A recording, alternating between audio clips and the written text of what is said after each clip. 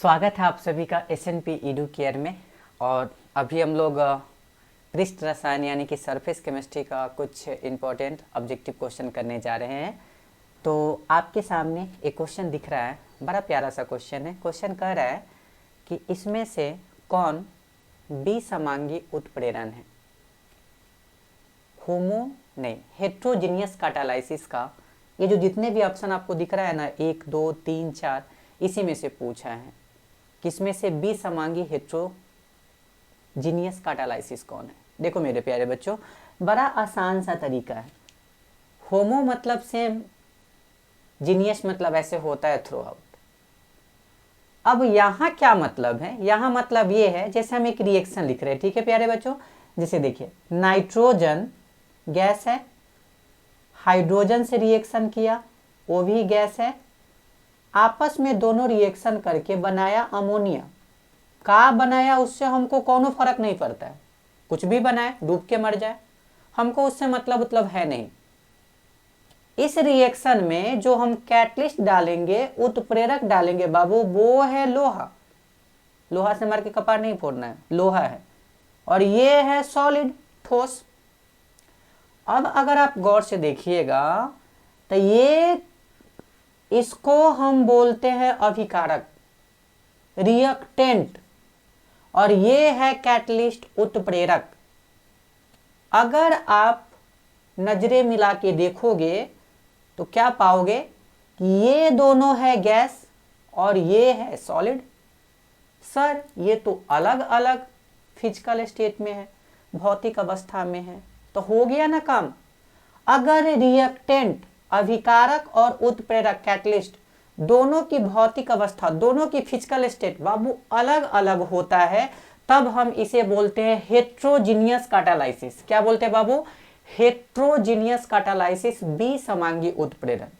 और अगर दोनों की, रिएक्टेंट और कैटलिस्ट, अभिकारक और उत्प्रेरक, दोनों की अगर भौतिक अवस्था, फिजिकल स्टेट सेम है, तब हम उसे बोलेंगे क्या? होमोजीनियस, समांगी उत्प्रेरण। अब पहला ऑप्शन में देखो तो बाबू, पहला ऑप्शन में अगर आप देखोगे तो SO2 है गैस और ऑक्सीजन है गैस, और जो कैटलिस्ट है NO वो भी है गैस, तो रिएक्टेंट भी गैस और कैटलिस्ट भी गैस। सर ये तो हो गया होमोजीनियस, मतलब समांगी। अगला देखिए, SO2 गैस, O2 गैस, और PT क्या है? सॉलिड है, ठोस है। सर ये तो हो गया हेट्रोजीनियस, विसमांगी। अगला मेरे प्यारे बच्चों देखो, ये है गैस, ये भी है गैस, ये दोनों के दोनों क्या चीज है? गैस है। लेकिन ये जो लोहा जो आप देख रहे हो वो क्या है सर? वो लोहा क्या चीज है? वो तो है सॉलिड। मतलब ये तो हो गया रिएक्टेंट गैस है और लोहा जो है वो सॉलिड है। इसका मतलब सर ये तो विसमांगी, हेट्रोजीनियस हो गया। अगला में देखिए, ईस्टर, ये जो आपको दिखाई दे रहा वो लिक्विड है, जल, पानी पानी है, ये भी लिक्विड है बादशाह भाई साहब, और HCl ये भी लिक्विड है। तो ये तो हो गया समांगी यानी कि होमोजीनियस। क्वेश्चन में पूछा क्या है? विसमांगी, तो बाबू क्या हो जाएगा? हेट्रोजीनियस इसमें से कौन कौन हो जाएगा? सर सेकेंड है और थर्ड है, तो ऑप्शन क्या हो जाएगा मेरे प्यारे बच्चों? ए हो जाएगा। ठीक है, चलिए नेक्स्ट क्वेश्चन की तरफ पढ़ते हैं मेरे प्यारे बच्चों, दुलारो रसगुल्लो। अगला देखो, क्वेश्चन है ऑटो कैटालाइसिस। पहले नंबर तो आप ध्यान दीजिएगा कि बाबू ऑटो कैटालाइसिस क्या होता है पता? ऑटो कैटालाइसिस का मतलब होता है, ऑटो कैटालाइसिस का मतलब क्या होता है सबसे पहले ये जान लीजिए, उसके बाद हम लोग ऑटो कैटालाइसिस की बात करेंगे। जैसे देखिए, हम एक रिएक्शन लिख रहे हैं, अभिक्रिया लिख रहे हैं। जैसे देखिए, जो रिएक्शन है वो ये है, CH3, ठीक है, carbon oxygen double bond O, ठीक है, और C2H5, इसका हम जल अपघटन हाइड्रोलाइसिस करा दिए। ये कमीना पता है क्या बना लेगा? ये दो चीज बनाएगा। क्या क्या बनाएगा सर जरा ये बता दीजिए। तो ये दोनों ना आपस में, यहाँ से ये टूट जाता है, यहाँ OH जुड़ जाता है और यहाँ H जुड़ जाता है। मतलब सर ये बन जाएगा बाबू CH3COOH के साथ क्या? CH3OH। सॉरी ये वाला क्या है, ये वाला आपका हो जाएगा, हाँ ये वाला अगर हम लोग देखें, ये हटा देते हैं इसको, ये वाला क्या है बाबू, C2H5OH, ठीक, ये यहां से यहां आप देख लीजिएगा, ठीक है। अगर आप ध्यान से देखोगे तो पता है क्या है, ये रिएक्शन ना शुरू में एकदम कछुआ चाल से चलता है, धीमे धीमे धीमे धीमे धीमे, अचानक से देखते हैं इसकी गति खूबे बढ़ गया। अरे हुआ क्या भाई, इसमें ऐसा क्या हुआ, हम तो इसमें उत्प्रेरक भी नहीं डाले हैं, कैटलिस्ट भी नहीं डाले हैं, ये फिर बढ़ा कैसे? तो पता चलता है कि इसमें का ये जो प्रतिफल है कार्बोक्जिलिक एसिड, ये जो आपको दिख रहा है, यही इस अभिक्रिया की गति को आग लगा देता है, बढ़ा देता है, उसकी गति को खूब तेजी कर देता है। तो ये प्रतिफल प्रोडक्ट ही इसके लिए उत्तरदायित्व है। मतलब ऑटो कैटालाइसिस में, स्व उत्प्रेरक में क्या होता है कि उस रिएक्शन का जो प्रोडक्ट है वही उस अभिक्रिया की गति को बढ़ा देता है, उस रिएक्शन के रेट को बढ़ा देता है। जैसे यूं कहे कि आप पढ़ाई लिखाई कर नहीं रहे हैं, ठीक है, पढ़ाई लिखाई नहीं कर रहे हैं, पापा जी आए और आपकी पढ़ाई लिखाई की गति काफी धीमे धीमे हो रहा है, पिताश्री एक दिन कस के लतिया दिया आपको, तो दो बातें हो सकता है, या तो आपकी पढ़ाई की गति धीमे हो सकता है या बढ़ सकती है। तो पिताश्री के लात में कोई परिवर्तन आया नहीं ना, लेकिन आपकी पढ़ाई की गति तो परिवर्तित हो गया, तो ये उत्प्रेरक है। जरा पिताश्री के लात अगर आपके पढ़ाई की गति जो है उसको बढ़ा दे, तो पिताश्री का जो लात है वो पॉजिटिव कैटलिस्ट है, धनात्मक, घटा दे ऋणात्मक निगेटिव कैटलिस्ट है। लेकिन कुछ बच्चे ऐसे भी तो होते हैं ना जो अपने आप को ही, अपने गति को बढ़ाने की कोशिश करते, खुद को मोटिवेट करते हैं, उन्हीं में से एक है कौन सा, उत्प्रेरक। तो आई थिंक आप समझ गए होंगे, इसमें कौन हो जाएगा सर, सी हो जाएगा, ठीक है। चलिए हमने आपको पूरा पढ़ा दिया, नेक्स्ट क्वेश्चन की तरफ आते हैं मेरे प्यारे बच्चों। अगला क्वेश्चन है सॉर्प्शन का मतलब क्या होता है। सुनो मेरे प्यारे बच्चों, जैसे देखो अगर किसी एक के सतह पर, जैसे ये कोई सॉलिड है, ठोस है, इस पर अगर हम किसको जमा करें, किसी गैस या लिक्विड को, तो सतह पर जमा करना मेरे प्यारे बच्चों क्या कहलाता है, ये कहलाता है एडजॉर्प्शन। हिंदी वाले क्या कहते हैं इसको, अधिशोषण, ठीक है, क्या बोलते हैं इसे, अधिशोषण। और अगर कोई एक स्पीसीज दूसरे के बल्क में, अंदर में चारों तरफ एक समान रूप से यूनिफॉर्मली डिस्ट्रीब्यूट हो जाए, तब हम उसे बोलते हैं एब्जॉर्प्शन, मतलब सर अवशोषण। और ये घटना दोनों एक साथ हो, मतलब ये कि सतह पर भी जमा हो रहा है, एडजॉर्प्शन भी हो रहा है, और अंदर भी जमा हो रहा है, तो इसी घटना को हम लोग क्या बोलते हैं, सॉर्प्शन बोलते हैं। क्या बोलते हैं बाबू, सॉर्प्शन। अगर केवल सतह पर जमा होगा तो एडजॉर्प्शन, अधिशोषण, अंदर में समान रूप से विस्तृत हो जाएगा, तब हम उसे क्या बोलेंगे, अवशोषण, एब्जॉर्प्शन। और अगर दोनों एक साथ हो, मतलब अधिशोषण अवशोषण, एडजॉर्प्शन एब्जॉर्प्शन दोनों एक साथ हो, तो उसी को हम लोग क्या बोलते हैं, सॉर्प्शन, यानी कि सी इज द राइट आंसर, ठीक है बाबू। चलो नेक्स्ट, विशोषण क्या होता है, अलग घटना, अधिशोषण का उल्टा। अगला क्वेश्चन है धुंध। धुंध का मतलब क्या होता है, फॉग। याद रखिएगा बाबू, फॉग में पता है क्या होता है, फॉग में क्या होता है, फॉग में ना आप जानते ही होंगे, हवा, एयर में क्या होता है, पानी के छोटे छोटे बूंद होते हैं, यही तो होते हैं। लेकिन ज्यादा क्या होता है भाई, हवा होता है, और कोलाइड में जो ज्यादा होता है उसको तो हम लोग बोलते हैं डीएम, और जो कम होता है उसको हम लोग क्या बोलते हैं, लिक्विड, वो क्या होता है, डीपी। इसका मतलब फॉग में ना लिक्विड जो है वो कहां पर है, गैस में है। तो अब देख लो ऑप्शन में, ठोस का गैस में, ना बाबा ना, ऐसा तो नहीं होता है। गैस का गैस में बिल्कुल नहीं, गैस का गैस ना हमेशा होमोजेनियस समांगी होता है, वो कोलाइड होता ही नहीं है, वो कोलाइड नहीं होता है। अगला, द्रव का गैस में, लिक्विड इन गैस, हाँ liquid in gas, liquid in gas, मतलब लिक्विड डीपी है और गैस डीएम है। पकड़ा गया ना, गैस इन लिक्विड नहीं, फॉग में हवा ज्यादा होता है, पानी ज्यादा नहीं होता है, तो सी द राइट आंसर। चलो मेरे प्यारे बच्चों नेक्स्ट क्वेश्चन पर आ जाते हैं। अगला क्वेश्चन ये क्या आ गया सर? देखो बहुत रेयर चांस है, मतलब बिहार बोर्ड में, सीबीएसई में तो डेफिनेटली आता है, लेकिन इस क्वेश्चन आ जाए तो हम कुछ बातें आपको बता देते हैं। सबसे पहले तो मेरे प्यारे बच्चों ये ध्यान रखिएगा, ये जो फ्रेंडलिक का ये जो आपको एडजॉर्प्शन आइसोथर्म दिख रहा है, एक्चुअली बाबू पता है ये क्या है? आइसोथर्म का मतलब है यह एक ग्राफ है, पता है किसके किसके बीच में? तो एक्स बाई एम क्या है? अधिशोषण की मात्रा, एक्सटेंट ऑफ एडजॉर्प्शन, और यहां है प्रेशर। यहां क्या है बाबू? प्रेशर। अगर आप ध्यान से देखोगे तो एक क्या चीज है? प्रेशर है। एक क्या चीज है बाबू? प्रेशर है, ठीक है। अब आपको छोटी सी बात यहां पर ध्यान में रखना है, एक छोटी सी बात यहां पर आपको ध्यान में रखना है। ये एक्स क्या है? एक्स क्या है? तो ये जमा होने वाला गैस का मास है। ये एम क्या है? तो जमा करने वाला का मास है। ये पी क्या है? प्रेशर। और आइसोथर्म का मतलब होता है, आइसो मतलब सेम और थर्म मतलब टेम्परेचर, मतलब यहाँ ताप सेम है, टेम्परेचर नियत है।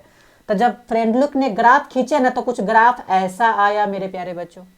इसका मतलब क्या दिख रहा है कि शुरू में अगर दाब बढ़ रहा है ना तो अधिशोषण की मात्रा, एक्सटेंट ऑफ एडजॉर्प्शन भी बढ़ता है, लेकिन बाद में देखिए अगर अधिक दाब है तो कौनो फर्क नहीं पड़ रहा है किसको? एक्स बाई एम को।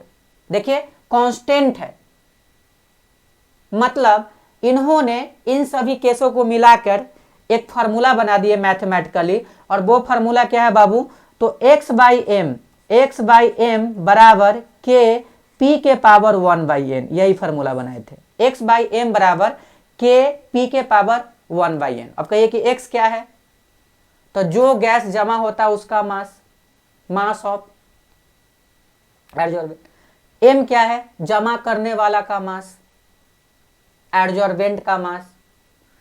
के क्या है? कांस्टेंट। पी क्या है? प्रेशर। 1/n क्या है? कांस्टेंट। याद रखिएगा 1/n का वैल्यू ना बाबू 0 से लेकर कहां तक होता है? 1। 0 से लेकर 1। 0 कब होता है? ये 0 हो जाने का मतलब समझते हैं, ये 0 1/n जैसे ही 0 हो गया तब P तो बर्बाद हो गया, क्योंकि P के पावर 0 गया वो, तो क्या हो जाएगा? x बाई एम बराबर कांस्टेंट। इस केस में जब अधिक दाब होता है ना, अधिक प्रेशर होता है, तो 1/n का वैल्यू 0 होता है। और 1 कब होगा? तो जैसे इसका वैल्यू 1 रखेंगे तो x बाई एम ना डायरेक्टली प्रोपोर्शनल होगा, समानुपाती होगा P, मतलब दाब बढ़ाओगे तो ज्यादा जमा होगा। बिल्कुल जैसे मान लीजिए इस पर किसी चीज को जमा करना है, किसी गैस को जमा करना है, तो क्या होगा बाबू? इस पर अगर किसी गैस को जमा करना है तो शुरू में पूरा के पूरा पृष्ठ तो खाली है, सरफेस एरिया खाली है, जल्दी जल्दी गैस आके चिपकेगा, जल्दी जल्दी गैस आके चिपकेगा। लेकिन अगर थोड़ा देर के बाद अगर इसकी सतह भर गया, अगर अब हम दाब बढ़ाते हैं तो सतह भर चुका है, जगह खाली रहेगा तब ना आके चिपकेगा। लेकिन बाद में जब भर जाएगा तो कितनों दाब बढ़ा लेंगे तो कोई नो फर्क पड़ने वाला है नहीं। तो याद रखिएगा 1/n का वैल्यू कहाँ होता है? 0 से लेकर 1 के बीच में होता है, ठीक है। 0 से लेकर 1। 0 कब होता है? जब काफी अधिक दाब होता है, प्रेशर होता है। 1 कब होता है? जब काफी कम, मतलब काफी शुरुआत में देखा जाए तो 1/n यहाँ पर होता है, ठीक है। तो यहाँ पर इस पोर्शन पर देखोगे ना तो x बाई एम जो है वो P के समानुपाती है, और इस पोर्शन पर x बाई एम जो है उसको P से कोई मतलब नहीं है, वो नियत है, कांस्टेंट हो गया। और यहीं पर x बाई एम जो है वो समानुपाती है P के पावर 1/n के। चलिए बढ़िया, आई थिंक आपको समझ में आ गया होगा, हमने आपको पूरा पढ़ा दिया।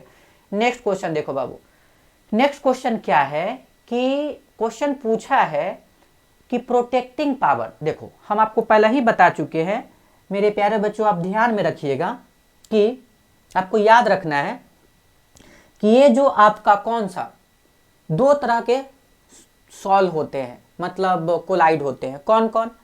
एक द्रव रागी और द्रव विरागी, लायोफिलिक लायोफोबिक। एक को बड़ा लगाव होता है लिक्विड से और एक नफरत करने वाला होता है लिक्विड से।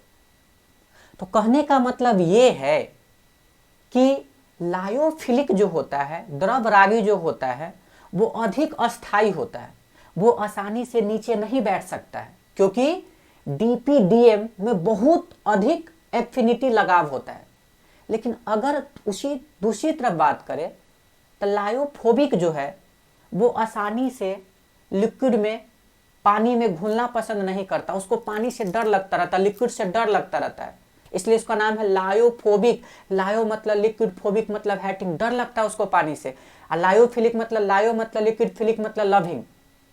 अब यहाँ पर एक छोटा सा सवाल है कि लायोफिलिक तो अधिक अस्थायी है और लायोफोबिक तो कम अस्थायी है। बेचारा लायोफिलिक जल्दी नीचे नहीं बैठेगा, लेकिन लायोफोबिक में कुछ इलेक्ट्रोलाइट, वैद्युत अपघट डालेंगे, चार्ज खत्म होगा, नीचे आके बैठ जाएगा। तो भाई जरूरी तो है ना कि रक्षा होना चाहिए, तो कौन किसको बचाएगा? लायोफिलिक ना। लायोफिलिक क्या काम करेगा कि लायोफोबिक को चारों तरफ से घेर लेगा, कहे कि हम भी नाचेंगे और तुमको भी नचाएंगे, हम तुमको नीचे बैठना ही नहीं देंगे। खुद तो टकरा ही रहा है कमीना, इसको भी बोल रहा है कि हम तुमको भी नचाएंगे, नीचे आके नहीं बैठने देंगे, तो रक्षा करता है। और इसको हम क्या चीज से मापते हैं? तो क्या चीज में इसको व्यक्त? तो गोल्ड नंबर, याद रखिएगा, स्वर्ण संख्या, गोल्ड नंबर याद रखिएगा। गोल्ड नंबर जिसका कम होता है उसकी रक्षण शक्ति ज्यादा होता है। सबसे कम किसका होता है? जेलेटिन का। तो गोल्ड नंबर जेलेटिन का कम है, तो इसका मतलब सबसे अच्छा रक्षण शक्ति किसका होगा? जेलेटिन का होगा। तो याद रखिएगा गोल्ड नंबर के द्वारा हम लोग क्या करते हैं? तो द्रव रागी जो सॉल होते हैं उसकी रक्षण शक्ति को व्यक्त करते हैं। ये जितनी कम होती है उस कोलाइड की रक्षण शक्ति उतना ही ज्यादा होता है, उस सॉल के, उस द्रव रागी सॉल की उसकी रक्षण शक्ति उतना ही ज्यादा होता है। सबसे कम गोल्ड नंबर किसका होता है? जेलेटिन का। तो सबसे ज्यादा कौन सा द्रव रागी कोलाइड है? लायोफिलिक कोलाइड है, जिसकी रक्षण शक्ति, प्रोटेक्टिंग पावर सबसे ज्यादा होगा। तो वो कौन होगा सर? वो आपका हो जाएगा मेरे प्यारे बच्चों, कौन हो जाएगा? जेलेटिन हो जाएगा। ठीक है, तो वही बात आप समझ गए होंगे, क्या हो जाएगा? गोल्ड नंबर हो जाएगा। क्लियर है? चलिए अगला क्वेश्चन पर आते हैं। नेक्स्ट क्वेश्चन है, अगला क्वेश्चन है कि केमिकल एडजॉर्प्शन में हीट ऑफ, देखो पिछले वाले वीडियो में हम आपको बता दिए थे केमिसॉर्प्शन क्या होता है, रासायनिक अधिशोषण क्या होता है। तो याद रखिएगा, जमा होने वाला मतलब एडजॉर्वेट, अधिशोष्य, और जमा करने वाला मतलब एडजॉर्वेंट के बीच में अगर केमिकल बॉन्ड हो, रासायनिक बंधन हो, केमिकल फोर्स हो, रासायनिक बल हो, तो उसी को हम लोग बोलते हैं केमिसॉर्प्शन, रासायनिक अधिशोषण। इसमें बॉन्ड बनता है, मजबूत बॉन्ड होते हैं, कमजोर नहीं होते, भौतिक की तरह वंडरवाल नहीं होते हैं।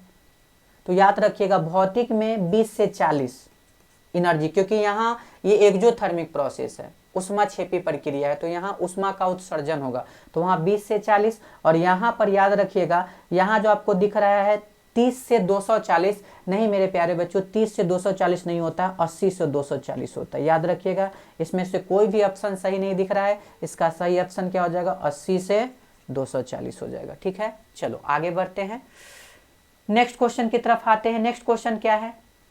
क्लाउड, आप ही बता दो। बादल, बादल, ठीक है, बादल।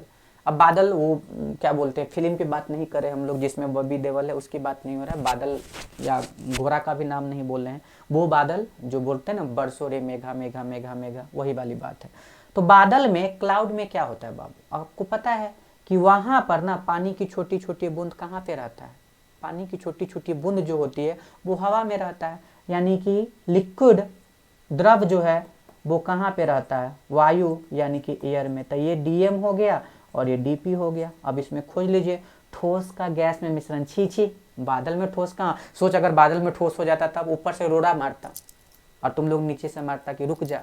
वो कोई गाना है ना, कौन सा गाना है, मेरा यार हंस रहा है, बारिश की जाए, ये पता नहीं क्यों। चलो, द्रव का गैस में मिश्रण, द्रव का गैस में मिश्रण, तो लिक्विड डिस्पर्स्ड इन गैस, ये बिल्कुल सही बात है, क्योंकि लिक्विड ही तो डिस्पर्स्ड होते, पानी की छोटी छोटी बूंद ही तो फैला होता है गैस में। तो बी द राइट आंसर।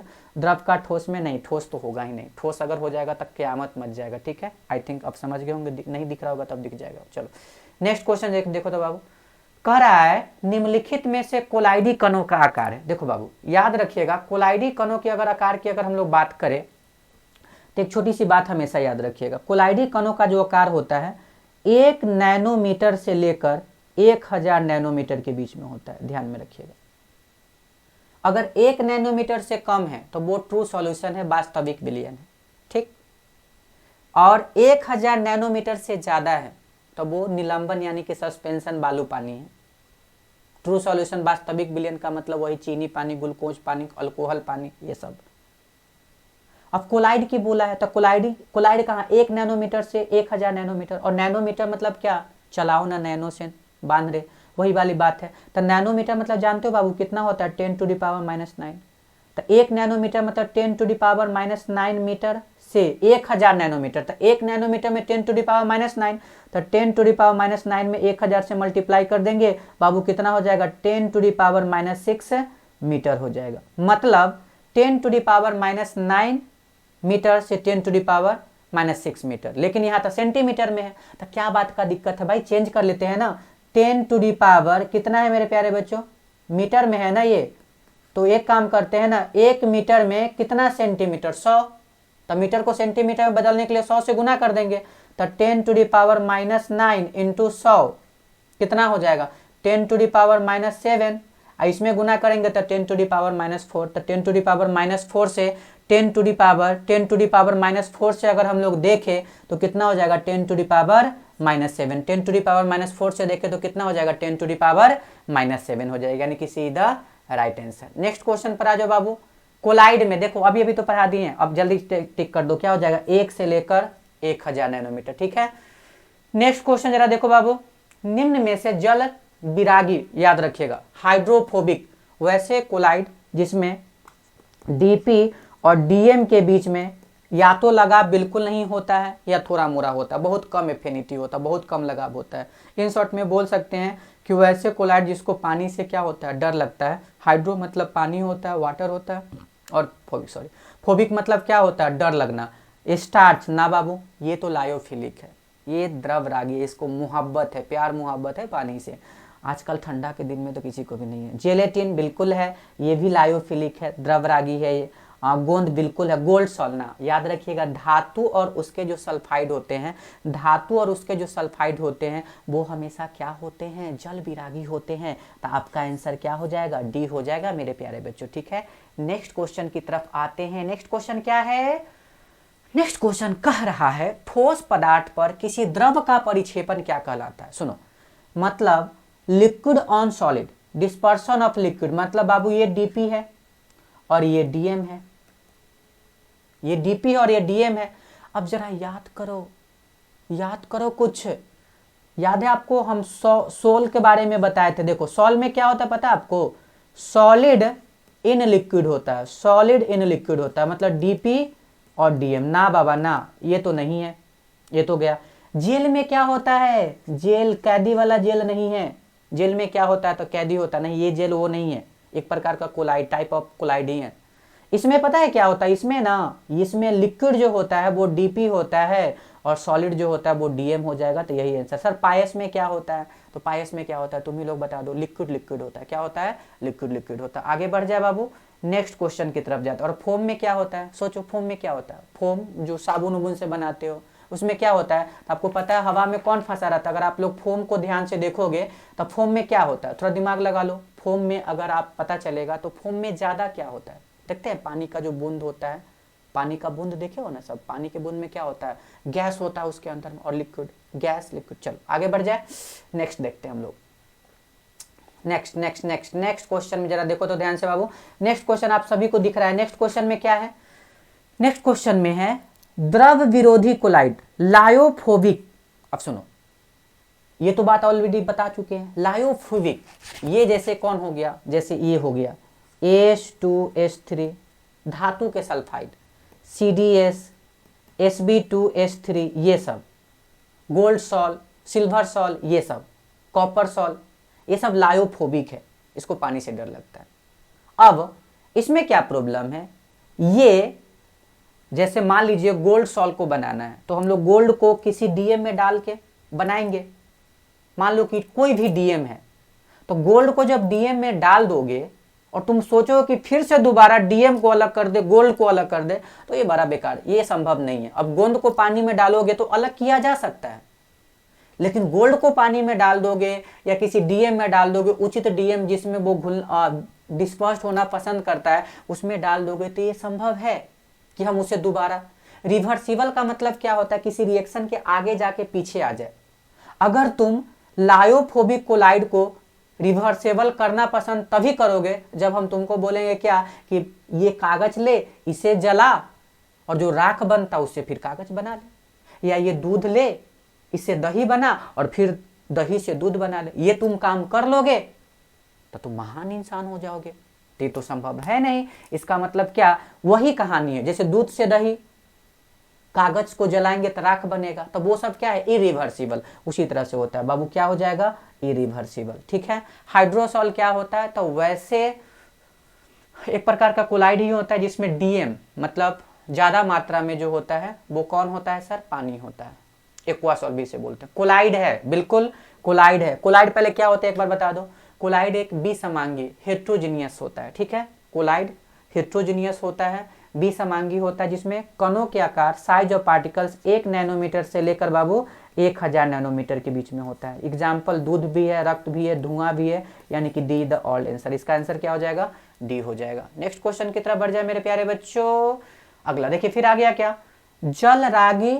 जल रागी है, लायोफिलिक, लव वाला बात है इसमें, मतलब एक दूसरे में मतलब कि पसंद करता है और डीपी डीएम के बीच में बहुत ज्यादा लगाव है, प्यार मोहब्बत वाली बात है। मतलब तो कैडमियम सल्फाइड, नहीं ये धातु अभी अभी पढ़े हैं, सीडीएस ना बाबा ना, ये लायोफोबिक है, इसको पानी से डर लगता है। आर्सेनिक सल्फाइड, ना जी बिल्कुल नहीं, ये भी आपका लायोफोबिक है, जल विरागी है। ठीक है। स्टार्च, हाँ बिल्कुल पानी पसंद है इसे, जैसे स्टार्च वो आलू वाला पानी में आसानी से घुल जाएगा, तो क्या हो जाएगा, सी हो जाएगा। ठीक है, आगे क्वेश्चन पे बढ़ते हैं। अगला क्वेश्चन है धनावेशित सॉल्व। सुनो एक बार बता देते हैं, याद रखिएगा, कुछ सॉल्व हम लिख देते हैं। धनावेशित कौन कौन होते हैं, तो मेटल के ऑक्साइड, जैसे देखो Fe2O3 XH2O, ठीक है, ये हो गया। और बताइए सर, Al2O3 XH2O, ये हो गया। TiO2 ऑक्साइड, FeOH का होल थ्राइस, ये सब धनावेशित है। उसके अलावा हेमोग्लोबिन, ये सब धनावेशित है। सर ऋणावेशित बता दीजिए, निगेटिव वाला बता दीजिए। तो गोल्ड सॉल्ट, कॉपर सॉल्ट, धातु के सॉल्ट, उसके बाद जेलेटिन, गोंद, स्टार्च, क्ले, ये सब के सब निगेटिव है। और बता दीजिए, तो मेटल के सल्फाइड जैसे AS2H3, CDS, Sb2H3, ये सब जो आपको दिख रहा है ना, ये सब के सब क्या होता है, निगेटिव। तो आई थिंक समझ गए होंगे इसमें क्या आंसर हो जाएगा, बिल्कुल नहीं, ये आपका हो जाएगा निगेटिव बाबू। कॉपर भी निगेटिव हो जाएगा, ये जेलेटिन भी निगेटिव हो जाएगा, लेकिन ये हेमोग्लोबिन क्या चीज़ है, पॉजिटिव, यानी कि इसका आंसर क्या हो जाएगा, ए हो जाएगा। चलिए नेक्स्ट क्वेश्चन की तरफ बढ़ते हैं मेरे प्यारे बच्चों। नेक्स्ट क्वेश्चन क्या है, निम्नलिखित में से क्वेश्चन पूछा है किसमें से द्रव विरागी लायोफिलिक बनाने में उपयोग नहीं किया जाता। बिल्कुल, स्टार्च का तो किया जाता है, गोंद का भी किया जाता है, जेलेटिन का भी किया जाता है ना। धातु के सल्फाइड से हम लोग किसको बनाते हैं, धातु के सल्फाइड से हम लोग किसको बनाते हैं, द्रव विरागी लायोफोबिक का करते हैं। तो डी द राइट आंसर, नहीं पूछ रहा है, ठीक है, नहीं किया जाता है। अगला क्वेश्चन पे आ जाओ बाबू। अगला क्वेश्चन में क्या है, क्वेश्चन पूछा है, एक बार पढ़ते हैं क्वेश्चन को। क्वेश्चन देखे तो क्वेश्चन पूछा है कि ये कोलाइडल सिस्टम हैविंग ये solid substance can be DP. देखो यहाँ सॉलिड जो हो गया ना बाबू, वो हो गया डीपी, ठीक है, और लिक्विड हो गया डीएम, काम बन गया सर। सॉल है क्या, सॉल है क्या, बिल्कुल। सॉल में क्या होता है, सॉलिड इन लिक्विड, तो सॉलिड इन लिक्विड हो जाएगा। तो ठोस सॉल ना, ठोस सॉल में क्या होता है, दोनों के दोनों सॉलिड होता है, दोनों के दोनों सॉलिड होते हैं। जेल में क्या होता है, डीपी लिक्विड होता है और डीएम क्या होता है, सॉलिड होता है। इमल्सन में दोनों के दोनों लिक्विड होते हैं, लेकिन सॉल में क्या होता है, डीपी जो होता है वो क्या होता है, सॉलिड होता है, और डीएम जो होता है वो क्या होता है बाबू, लिक्विड होता है। ठीक है, एक बार फिर से, ठोस सॉल में क्या होता है, तो दोनों के दोनों, ठोस सॉल में याद रखिएगा दोनों के दोनों सॉलिड ही होते हैं। जेल में अगर हम लोग बात करें तो जेल में डीपी जो होता है, डीपी जो होता है वो क्या होता है, लिक्विड होता है, और डीएम मेरे प्यारे बच्चों वो क्या होता है, सॉलिड होता है। लेकिन अगर वही बात करें सॉल में, तो डीपी क्या होता है, सॉलिड होता है, और डीएम क्या होता है, लिक्विड। और इमल्सन में दोनों के दोनों लिक्विड हो जाएगा। तो कहेंगे सर इतना कंफ्यूज मत कीजिए, इसका आंसर क्या हो जाएगा, तो आप आंसर सोच लो, इसका आंसर क्या हो जाएगा, सॉल्व हो जाएगा क्या, बिल्कुल आपकी सोच को हम दाद देते हैं, इसका आंसर हो जाएगा डी। चलो आगे नेक्स्ट क्वेश्चन में मिलते हैं मेरे प्यारे बच्चों। नेक्स्ट क्वेश्चन क्या है, क्या ये तो थोड़ा देर पहले ही समझाए थे, हम थोड़ा छोटा कर देते हैं। नेक्स्ट क्वेश्चन को थोड़ा सा छोटा कर देते हैं, हो जा भाई। चलो नेक्स्ट क्वेश्चन जरा देखो तो मेरे प्यारे बच्चों क्या है लिखा हुआ, अभी अभी तो बताएं। द्रव विरागी मतलब लायोफोबिक, द्रव रागी लायोफिलिक। लायोफिलिक मोर स्टेबल होता है, अधिक अस्थायी होता है। लायोफिलिक जो होता है मोर स्टेबल, अधिक अस्थायी, और लायोफोबिक जो होता है वो कम अस्थायी होता है। तो कौन किसकी रक्षा करता है? लायोफिलिक लायोफोबिक का करता है। और कैसे रक्षा करता है तो ये भी हम आपको बता चुके हैं कि कैसे रक्षा करता है, बताओ तो जल्दी। अगर आप देखोगे ध्यान से तो कैसे रक्षा करता है, ये आएगा और इसके सतह पर कहेगा कि हम भी नाचेंगे तुमको भी नचाएंगे, खुद भी नीचे नहीं बैठेंगे तुमको भी नीचे नहीं बैठने देंगे। तो ए ऑप्शन भी सही है क्योंकि लायोफोबिक को रक्षा करता है, और बी भी सही है क्योंकि एक लेयर बन जाता है, एक परत बन जाता है किसका? लायोफिलिक का। कहाँ पर? लायोफोबिक पर। देखिए एक परत बन गया ना, एक लेयर बन गया। तो इसका सही आंसर क्या हो जाएगा? सी हो जाएगा, क्योंकि ए और बी दोनों स्टेटमेंट सही है। नेक्स्ट क्वेश्चन में आ जाओ बाबू। नेक्स्ट क्वेश्चन क्या है? अगला क्वेश्चन तो बहुत बड़ा है।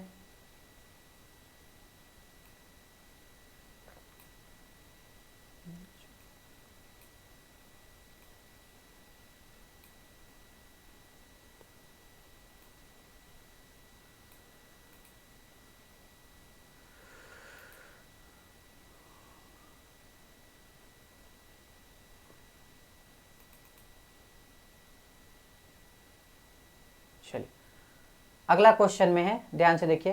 क्वेश्चन पूछा है ब्राउनियन मूवमेंट क्या है। अब सुनो ध्यान से, ये ब्राउनियन मूवमेंट का क्या मतलब है? इसका ब्राउनियन मूवमेंट का क्या मतलब है? देखो बच्चों याद रखिएगा, हम आपको बता चुके हैं कि ये जो कोलाइड होते हैं ना वो आसानी से नीचे नहीं बैठते। इसका मतलब हमेशा कोलाइड के जो कण होते हैं वो आपस में एक दूसरे से टकराते रहते हैं, और टकराने के बाद इसका जो पैटर्न होता है वो झिक झैक होता है, टेढ़ी मेढ़ी होता है, और इसी गति के कारण ये नीचे नहीं बैठता है।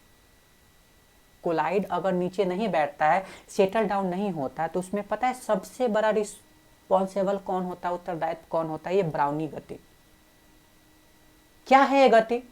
तो अगर आप गौर से देखोगे अंधेरे रूम में, तो जो धूल के जो कण होते हैं देखते हमेशा एक दूसरे से टक्कर करते रहते हैं, वो टेढ़ी मेढ़ी रास्ता में भागता रहता है, उसी को बोलते हैं। तो क्या आंसर हो जाएगा? कोलाइडी कण को कौन टकराते रहता है? उसको, डीएम। तो वही है, यानी कि सी आंसर हो जाएगा। ठीक है बच्चों, चलो नेक्स्ट क्वेश्चन की तरफ आते हैं। नेक्स्ट क्वेश्चन क्या है? स्वर्ण संख्या सबसे अधिक होता है, तो मैंने अभी अभी बताया सबसे कम तो जेलेटिन का होता है, और सबसे अधिक इन सभी में अगर देखा जाए तो स्टार्च का होता है। किसका होता है? स्टार्च का होता है। सबसे कम मैक्सिमम क्वेश्चन पूछता है, सबसे अधिक बहुत कम चांसेज रहता है कि पूछता है। चलो नेक्स्ट क्वेश्चन पूछा है कि इसमें से कौन सा कोलाइड है जो कोलाइड की जो खासियत है, प्रॉपर्टी है, गुण है, वो चार्ज पे डिपेंड नहीं करता। वैद्युत प्रासरण, ये कोई सवाल हुआ? ये तो डेफिनेटली इसके नाम में ही है, तो ये तो आ ही नहीं सकता है।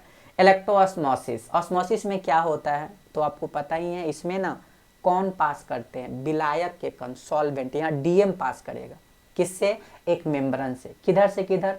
लो कंसंट्रेशन से हाई कंसंट्रेशन, कम सांद्रण से ज्यादा सांद्रण की तरफ। ठीक है, कम सांद्रण से ज्यादा सांद्रण के। एक एसपीएम और पारगम्य झिल्ली से पास करेगा कौन? DM solvent. ठीक है, चलो। और किसके प्रेजेंस में? इलेक्ट्रिक फील्ड के प्रेजेंस में। टिंडल प्रभाव ना, टिंडल प्रभाव में क्या होता है? टिंडल प्रभाव में तो ये तो प्रकाशिक गुण है, ऑप्टिकल प्रॉपर्टी है। ये क्या होता है इसमें? प्रकाश की जो किरण होती है वो कोलाइड से जाता हुआ दिखाई देता है, लेकिन वही चीनी पानी जैसे बिलियन सॉल्यूशन से नहीं दिखाई देते हैं। मतलब विसमांगी हेट्रोजीनियस में प्रकाश की जो रास्ता होता है, बीम होते हैं लाइट के, वो विजुअल होते हैं, दिखाई देते हैं। लेकिन वही बात क्या चीज में करें? होमोजीनियस में तो ऐसे दिखाई नहीं देता। तो क्या होता है?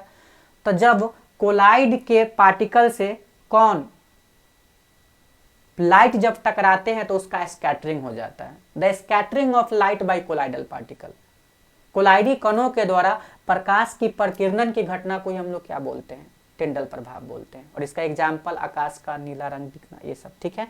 तो क्या ये तो ऑप्टिकल, इसका आंसर बी हो जाएगा। स्कंदन ना, स्कंदन क्या होता है, तो स्कंदन में ना जब आप कोई वैद्युत अपघट मतलब इलेक्ट्रोलाइट प्लस माइनस मिला दोगे तो नीचे आके कोलाइडी कण बैठ जाते हैं, पीपीटी बना लेते, अवक्षेप बना लेते ये घटना। तो इसमें भी तो इलेक्ट्रिक की बात किया ही जा रहा है, चार्ज की बात किया। वैद्युत कण संचलन ना, इस प्रोसेस में हम लोग क्या करते हैं, कोलाइड में जो चार्ज होते हैं, जो चार्ज पार्टिकल होते हैं, उसको कैथोड की तरफ, उसको एनोड की तरफ विद्युत धारा, इलेक्ट्रिक फील्ड, विद्युतीय क्षेत्र के प्रभाव में हम लोग मूव कराते हैं, उसी को हम लोग बोलते हैं वैद्युत कण संचलन। तो यानी कि इसका आंसर क्या हो जाएगा मेरे प्यारे बच्चों, बी हो जाएगा।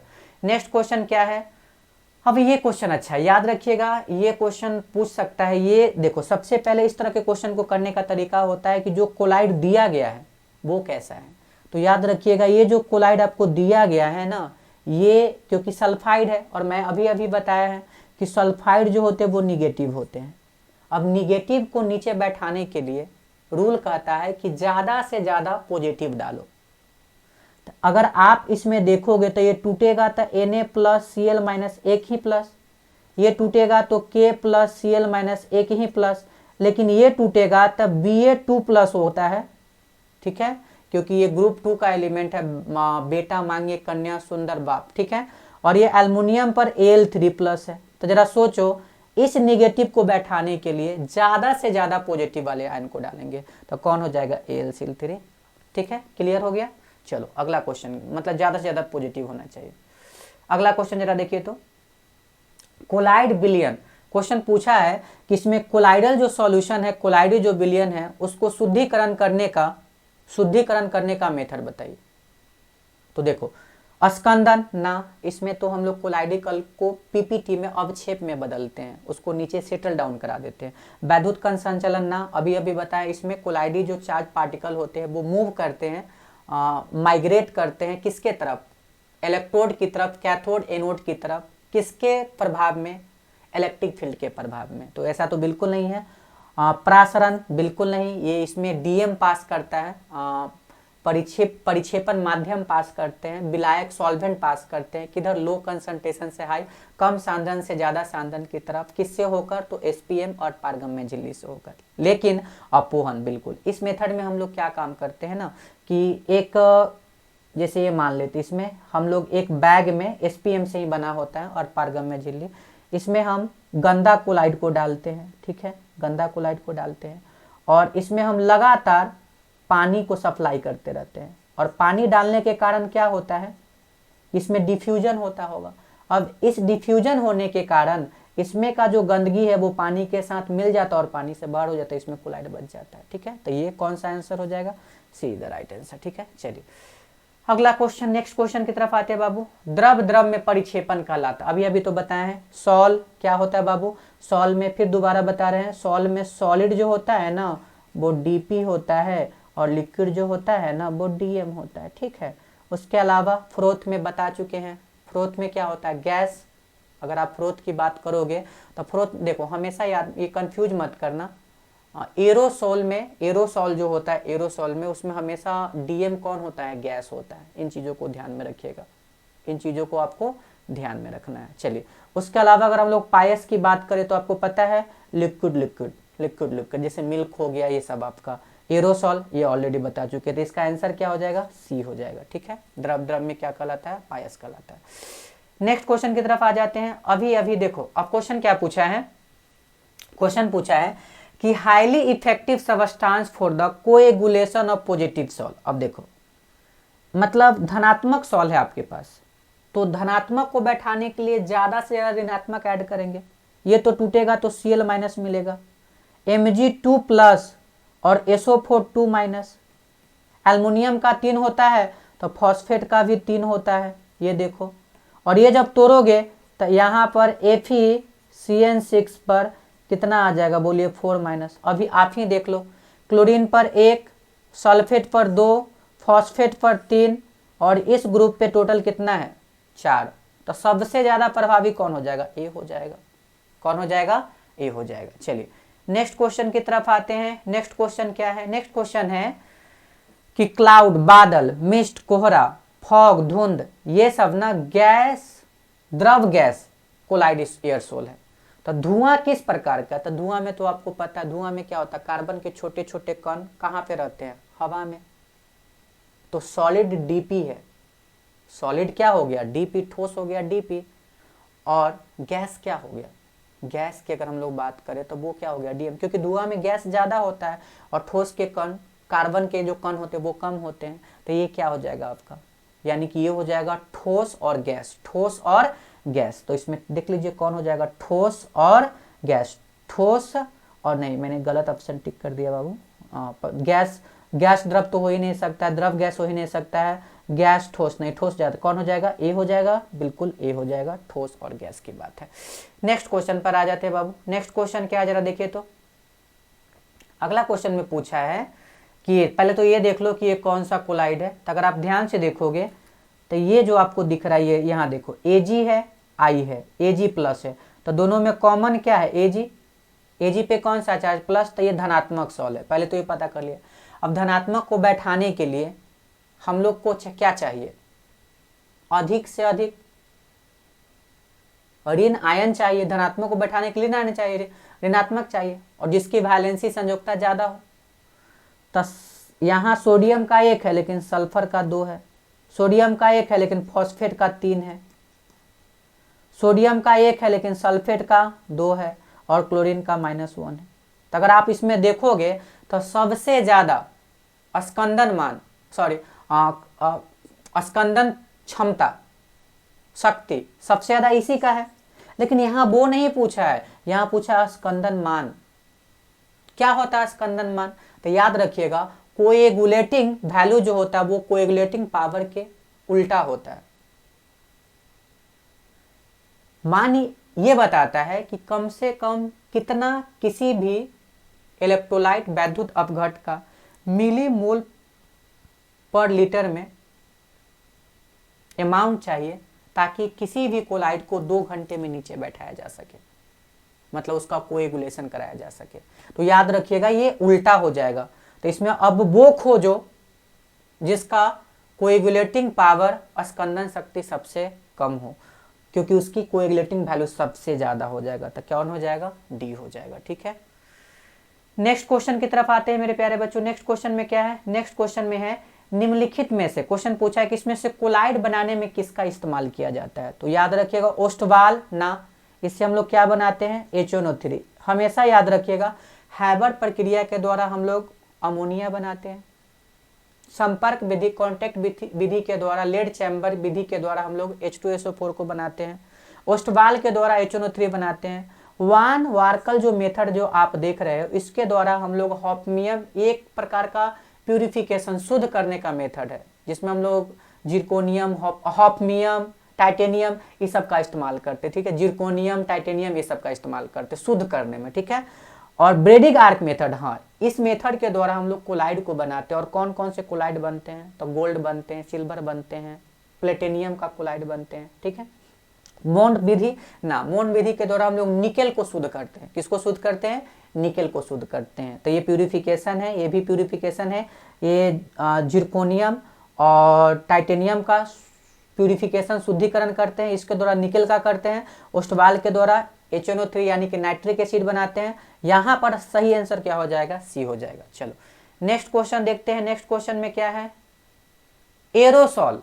एरोसॉल एक प्रकार का, याद रखिएगा एरोसॉल में ना, एरोसॉल में बाबू डीएम जो होगा ना वो गैस होगा, कंफर्म है, गैस।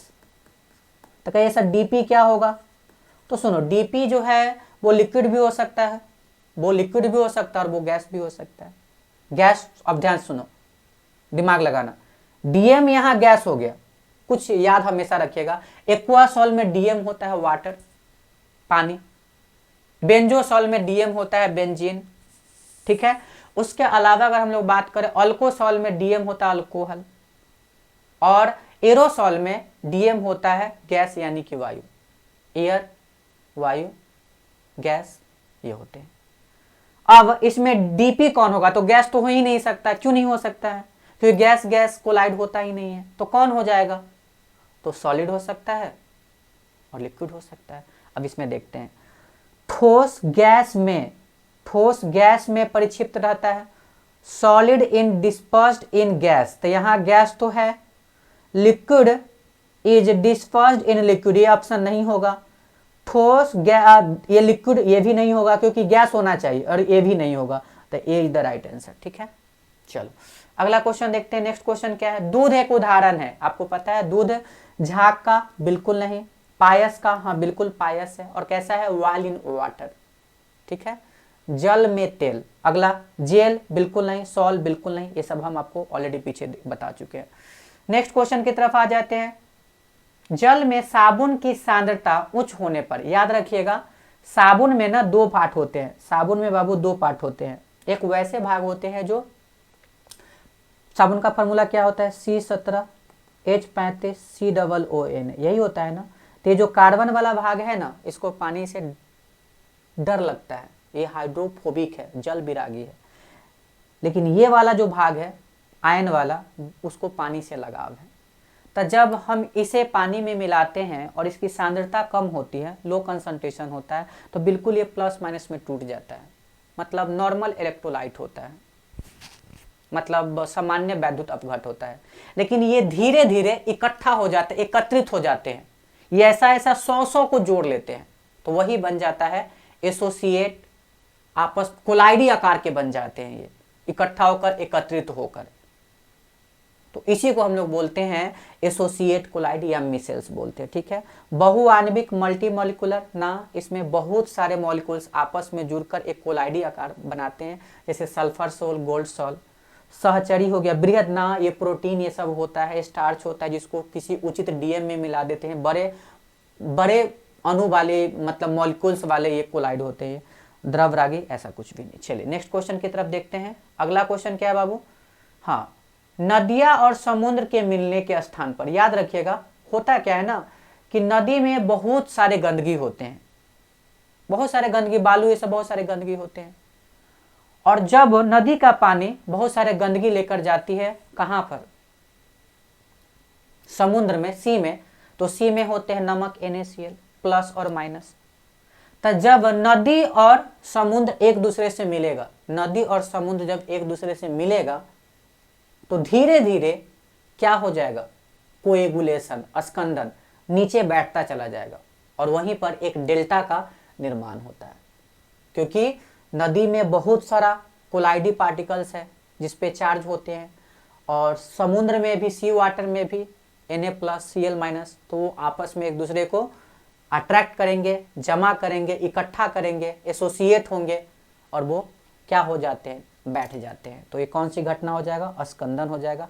पाइसीकरण तो बिल्कुल नहीं, पेप्टाइजेशन तो बिल्कुल नहीं। पेप्टाइजेशन में हम लोग क्या करते हैं, वो पीपीटी को तोड़ तोड़ के कोलाइड बनाते हैं। नेक्स्ट क्वेश्चन क्या है बाबू, निम्नलिखित में से कौन सा पदार्थ ऋण आवेशित पायस को अपक्षेपित, देखो तो निगेटिव है, निगेटिव को बैठाने के लिए क्या चाहिए, पॉजिटिव, तो सुक्रोज तो हो ही नहीं सकता, चार्ज टूटता ही नहीं है, ग्लूकोज भी नहीं टूटेगा, यूरिया भी नहीं टूटेगा, NaCl, क्योंकि यहाँ Na+ है, तो ये आपका कौन हो जाएगा, डी हो जाएगा।